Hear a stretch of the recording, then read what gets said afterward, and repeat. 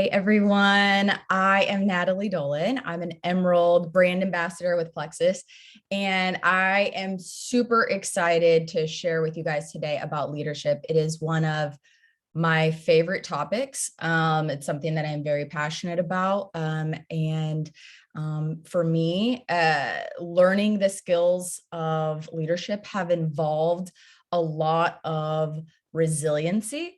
And I think being a resilient leader is very important when you're in a business, a people business like we are. Dealing with people isn't easy, especially in this industry. And so you have to come at it with a resilient mindset. I have a presentation and I'm going to share. I am going to screen share. So give me 1 second and we will get going. 1 second. Let me do this. Oh, let's do that. And here we go. All right. Can y'all see me? Somebody text me if you can't see me. I hope that you can see me. So, all right, guys. So this is the keys to developing leadership resiliency. Oh, hold on. I got a text. Oh, Courtney. Okay. Okay. So when talking about resiliency, the first thing we have to do is define what resilience is. Okay. Resilience is the ability to recover from difficult experiences and setbacks, to adapt, move forward, and sometimes even experience growth. And that's really the whole point, right? Growth. We are in a growth business. Okay. When going through all of these things that have really been on my mind when it comes to resilient leadership, a lot of it really starts with our thoughts. Okay. And so we have the infamous thought model. And the thought model it starts with circumstances. Like, I'm a leader now, I have a team, I'm doing Plexus, that's our circumstances, and a trigger, which is the thoughts. And then our thoughts create feelings, and then our feelings create actions, and our actions equals results. So it all starts with our thoughts, right? And so John Maxwell says, if you are willing to change your thinking, you can change your feelings. If you can change your feelings, you can change your actions. And changing your actions based on good thinking can change your life. Okay. So how do leaders think? Leaders think big. Leaders think, so it's your job as a leader to think big, so that at the end of the day, you don't settle for doing something small, right? So if you're bringing a big idea to the team, it's going to get knocked down a little bit, but it's your job to think big so that you don't end up doing things mediocre, okay? Leaders think of others first. Leaders think, how can I empower people? How can I serve people? How is the team doing? Leaders think with intention, like sitting down and journaling about how is the team going, evaluating yourself. Leaders think with an open mind. When people bring them problems or ideas, they have an open mind and aren't rigid, narrow thinkers. They can think outside of the box. And lastly, leaders think with a sound mind. So what I'm talking about is stability. I'm talking about not being tossed to and fro. It is a sturdiness and a sound mind that leaders think with for a successful team. So all starting with thoughts, I have breakdowns of what that is after that. So resilient leaders have self-awareness. Like I was saying, regularly evaluate your leadership. I believe that journaling is crucial for thinking specifically about your leadership, about your team, journaling what's going on in the team, your leadership, and also yourself. Ask for feedback from your team. Ask for feedback humbly go to your sponsor and humble yourself and ask, hey, how can I improve? What do I need to do better? Ask what is going well? How can I improve? Analyze, but don't overthink. This isn't a self-bashing session. So when you're sitting down to evaluate and intentionally think about your business, your leadership, you don't want to overthink and start spinning out of control. You don't want to start judging yourself. You don't want to do negative self-talk.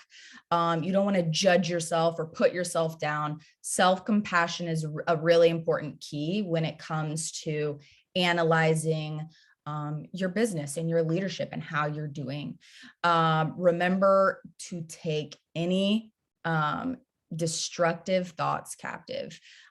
It is our job when it comes to the success of our business to take our thoughts captive, because our thoughts in the end, create our results. So if we're not getting results, we can typically chase it, go back to what thought did this start with, and how can we, backwards engineer to getting to a better, healthier place for better results. Okay. Resilient leaders cultivate a problem-solving mindset. Stay calm. Everything is figure outable. So when it comes to a really, really big part of leadership is problem solving.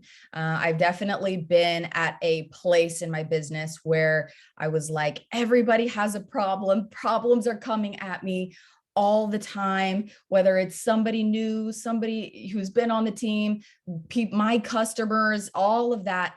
I would allow myself to become overwhelmed with problems. But a really big shift happens when you decide to just have a problem-solving mindset. This is who I am. This is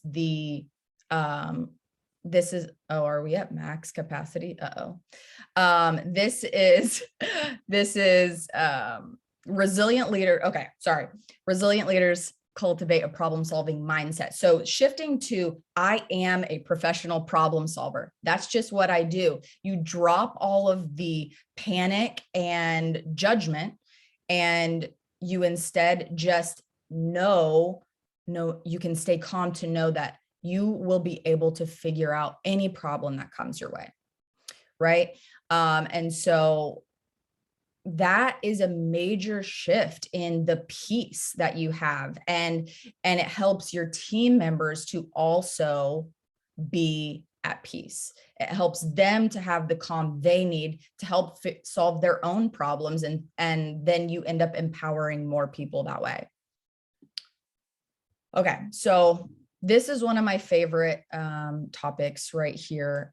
Resilient leaders assume goodwill, and they tell themselves and your team green light stories. So what I mean by assume goodwill is when somebody, when you're on a Zoom call and you see somebody who, made a face, you can assume that was just at something random, had nothing to do with you, or you can assume that they were making a face at you.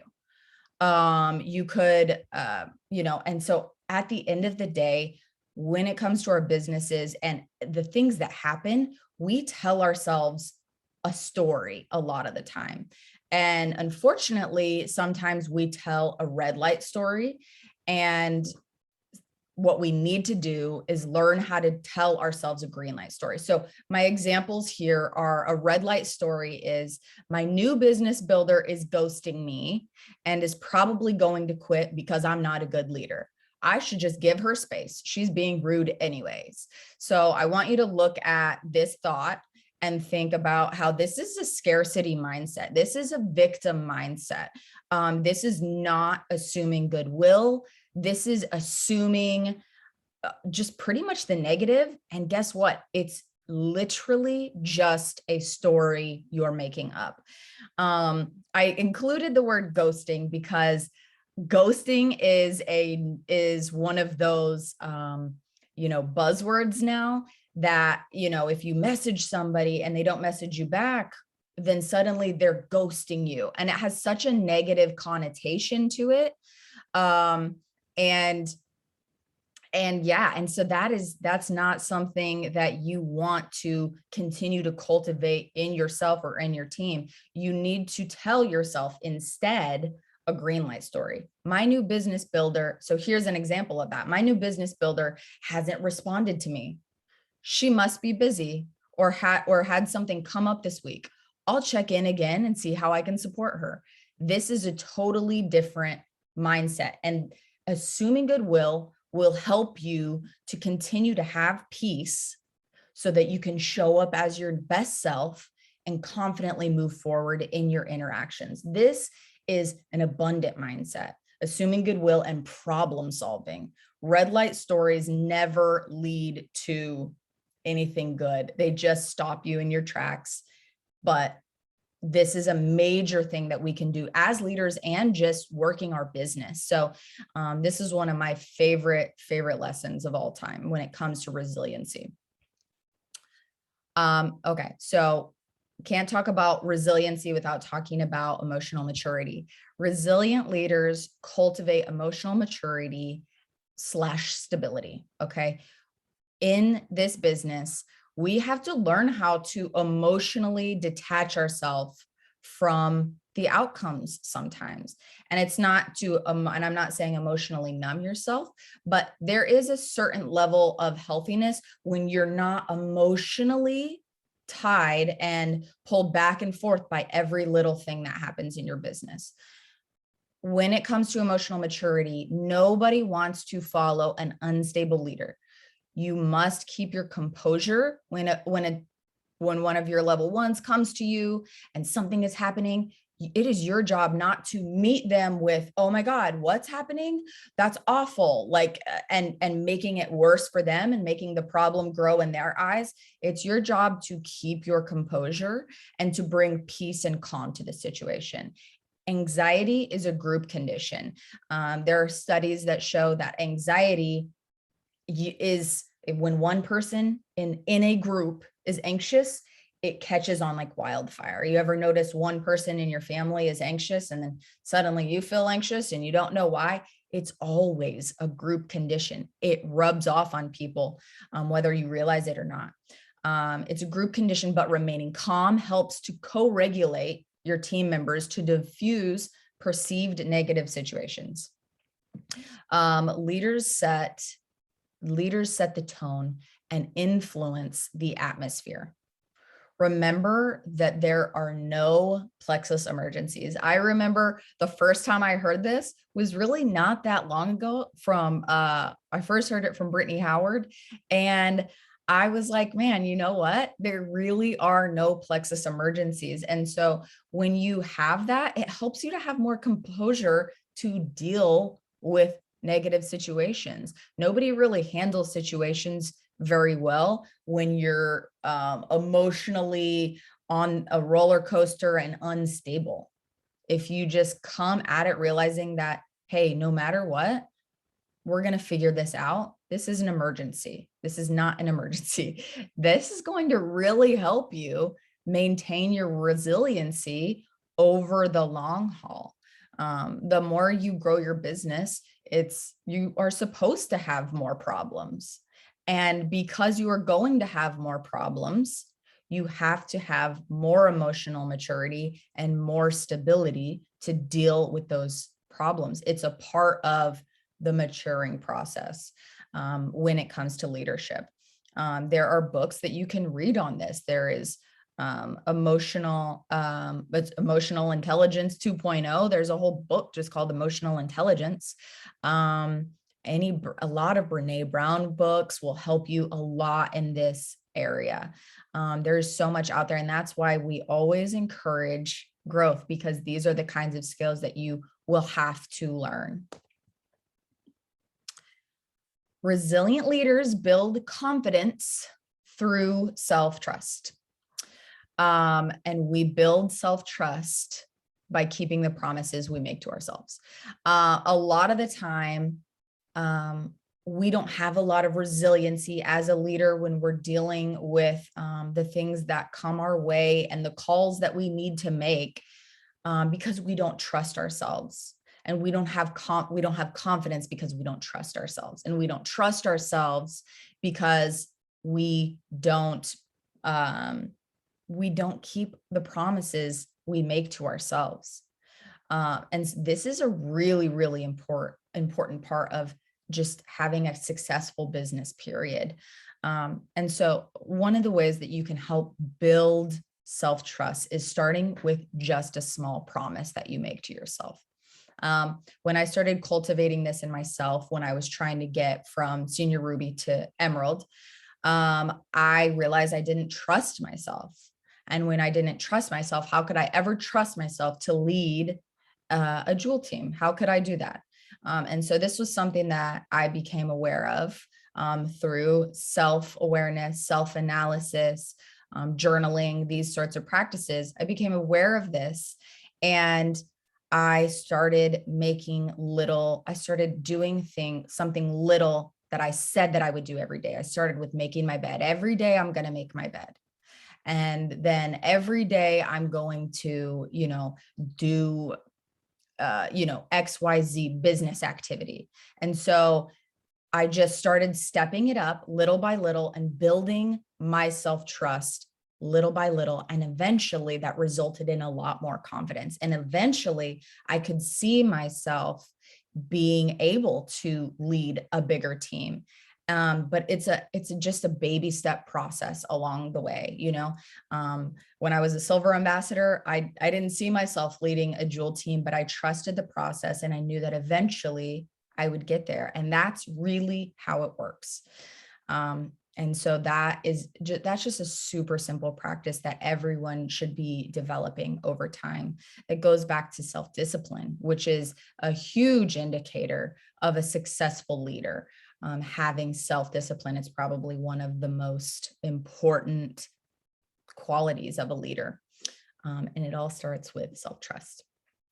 Okay, so who we are, Brene Brown says, who we are is how we lead. And so it's kind of a simple statement, but when you break it down, it's actually a lot more complex than you think. When you think about it, you think about who you are, like, am I an easily irritated person? If I am an easily irritated person, notice yourself being easily irritated with the people that you lead. If you are, if you are naturally an excited person, then you are going to lead in an excited way. So something that I learned recently from Craig Groeschel on his, and a lot of his leadership content is, a lot of the time we only set do goals. I'm going to do this and I'm going to do that afterward. But a big key is setting that we miss a lot of the time is setting who goals. And so if we're going to be a resilient leader, we need to be solid in who we are. When you're solid in who you are, you can't be, tossed and turned. You have a steadiness about you. You have a confidence and a security about you because you know who you are. And if you don't know who you want to be, then you need to set who goals. And this kind of clarity, when you set who goals, will make the do so much easier. Okay. So who are you? I am a leader who shows up like a jewel. This was a who goal that I set when I was trying to get to Emerald 1 year ago. I hit Emerald a year ago. And it took a lot of rebuilding and reshaping my mindset to get to where I needed to be, who I needed to become in order to get where I needed to go. And so I really started to believe that I just needed to become a Emerald in action, in thought, in belief, and then eventually I would get there. So the number one who goal that I set before I knew what who goals were was, I am a leader who shows up like an emerald. I had it on my board, and that became who I was. And I showed up like an emerald. I just became it. And the do became a lot easier. All the actions, all the showing up, all the everything that comes with it became easy because I started to see myself for who I am, for where I'm going. I am a leader who inspires. I am a leader who loves and serves. I am a leader who works hardest. I am a leader who stays calm. These who goals should be written down somewhere where you can be reminded of who you are and where you're going and the kind of leader you want to be. And when you are clear on this is when you will really start to flourish. You'll start to develop that resiliency that you need in order to get where you want to go, in order to help the amount of people that need to be helped. One second. All right. I think that's it. Okay. Yes, that's it. I have never done a PowerPoint before, but I'm usually better at kind of winging it, but that was a really fun break. Thank you guys for coming to this call. Kind of ended it soon, but you guys, leadership is one of the most important qualities of this business. Leadership is what will get you to a place of freedom in this business where you can build a really successful team by focusing in on things like leadership and resiliency, because you're going to have to develop yourself into a gritty person, a leader who never quits, a leader who goes the extra mile. So I hope that you can get this solidified, and I hope some of this was really helpful. Thank you guys so much for joining.